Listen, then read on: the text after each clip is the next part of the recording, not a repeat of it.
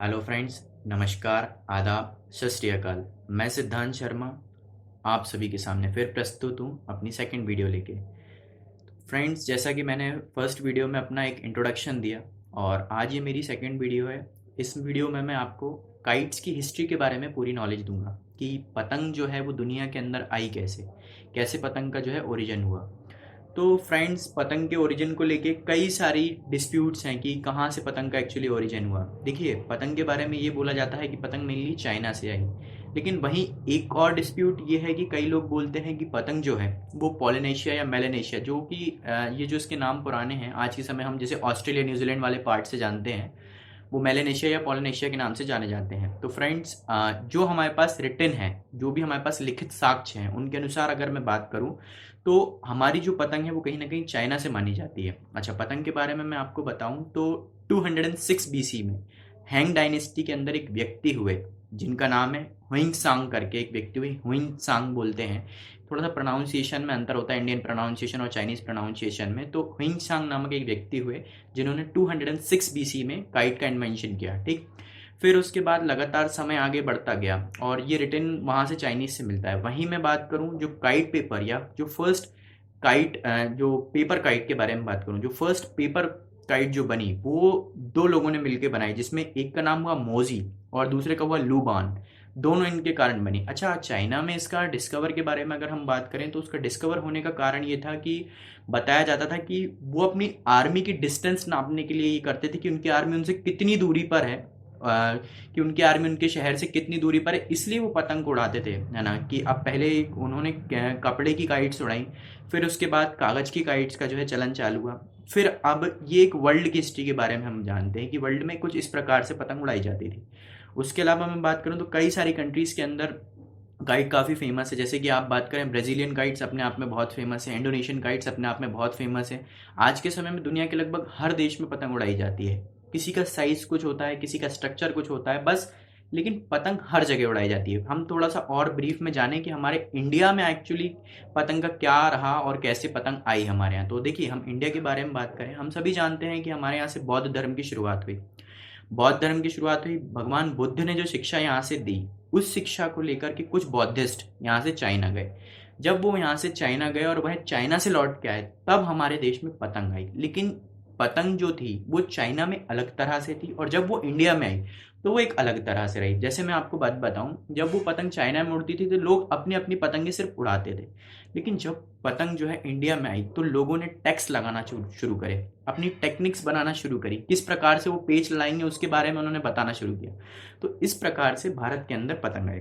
फिर हम बात करें कि पतंग के बारे में अलग अलग नामों के बारे में मैं आपको बताऊं, थोड़ा सा डिस्क्रिप्शन है, ज़्यादा नहीं है, थोड़ा सा डिस्क्रिप्शन है कि कैसे पतंगों के नाम में डिफरेंस है, उसके बारे में हम जानते हैं। देखिए, सबसे पहले मैं आपको बताऊं तो 13th सेंचुरी के अंदर, 13वीं शताब्दी के अंदर हमारे यहाँ के कुछ मराठी पोइट्स ने पहली बार काइट को जो नाम दिया उसके बारे में हम जानते हैं। गुड्डी, गुड्डी या गुद्दी नाम, जो आज पाकिस्तान में काफ़ी फेमस है, ये एक्चुअली मराठी राइटर्स के द्वारा ही नाम दिया गया। उसके अलावा अगर मैं बात करूं तो ही मराठी राइटर्स ने और भी नाम दिया जिसका नाम है ववादी।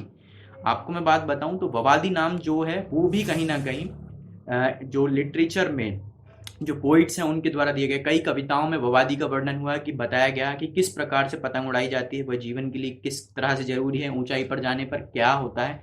तो इस तरीके की कई सारी पोइट्स में इसका वर्णन हुआ। फिर मैं बात करूं कि एक बहुत फेमस इंसिडेंट है, तुलसीदास जी द्वारा रचित रामचरितमानस में हमें मिलता है। तुलसीदास जी के द्वारा रचित रामचरितमानस के अंदर हमको देखने को मिलता है कि रामचंद्र जी के द्वारा पतंग उड़ाई गई थी। जब रामचंद्र जी ने पतंग उड़ाई तो उनकी पतंग जो है वो इंद्रलोक में जाकर के फंस गई, और ये जो पतंग इंद्रलोक में जाकर के फंस गई, इसको निकालने के लिए ही हनुमान जी महाराज गए थे इंद्रलोक और वहां से वह पतंग निकाल के लाए थे, और इस पतंग को नाम दिया गया छग।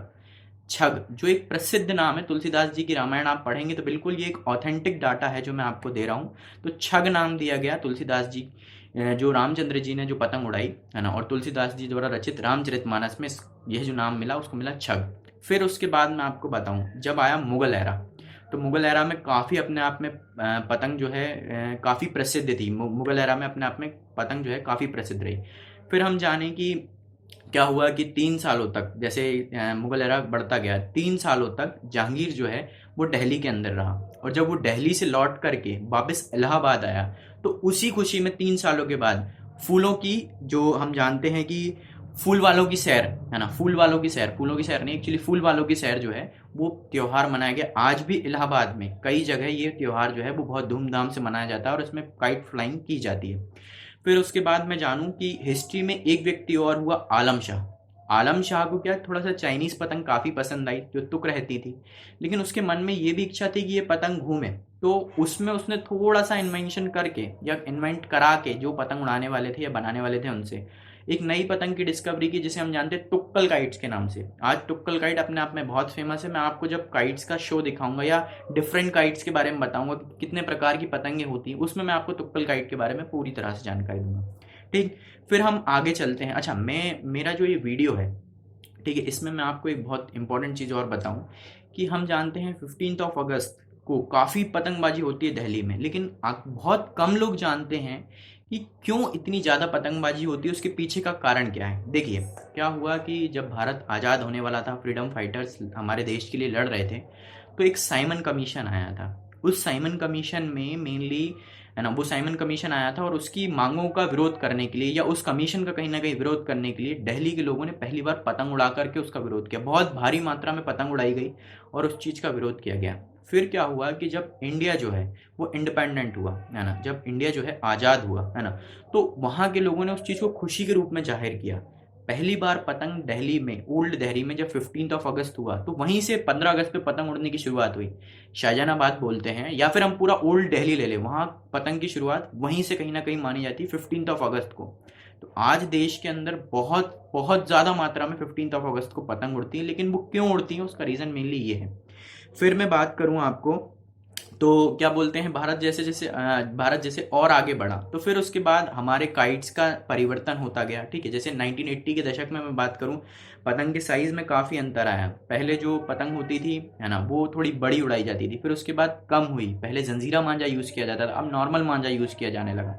आज जो है पतंग वो बहुत सारे फेस्टिवल्स पे अलग अलग उड़ाई जाती है। जैसे अभी रिसेंटली रक्षाबंधन भी था, तो रक्षाबंधन को पूरा बरेली, मुरादाबाद, रामपुर, ये इस पैटर्न में बहुत पतंग उड़ती है। मैं एमपी के अंदर बात करूं तो एमपी, गुजरात, राजस्थान, इस पूरे पैटर्न में मकर संक्रांति के त्यौहार पर बहुत ज़्यादा पतंग उड़ाई जाती है। ठीक, फिर उसके बाद मैं बात करूं तो पूरा बीकानेर, राजस्थान, यहाँ पूरा मकर संक्रांति का फेस्टिवल होता है। पंजाब हरियाणा के बारे में अगर मैं बात करूं तो पंजाब हरियाणा में जो है बसंत के पर्व पर या लोहड़ी के पर्व पर पतंग काफ़ी मात्रा में उड़ाई जाती है। तो इस प्रकार से हमारे देश में पतंग जो है वो काफ़ी प्रचलित है। गुजरात के अंदर पतंग काटने के बाद आपने एक बहुत फेमस नारा या स्लोगन सुना होगा, काई पो छे, एक मूवी भी बनी थी। इस प्रकार से पतंग जो है वो, उसकी हिस्ट्री है, पतंग की हिस्ट्री इस तरीके से चलती है। ठीक है, और अगर मैं बात करूं आपको तो हमारे इंडिया का जो काइट म्यूजियम है वो आपको अहमदाबाद में देखने को मिलेगा। तो ये हमारी एक छोटी सी काइट की हिस्ट्री रही है ना। आप कमेंट करके ज़रूर बताइएगा कि आपको वीडियो कैसा लगा है ना, और please like, share and subscribe my channel है ना। जय हिंद, जय Bharat, thank you so much.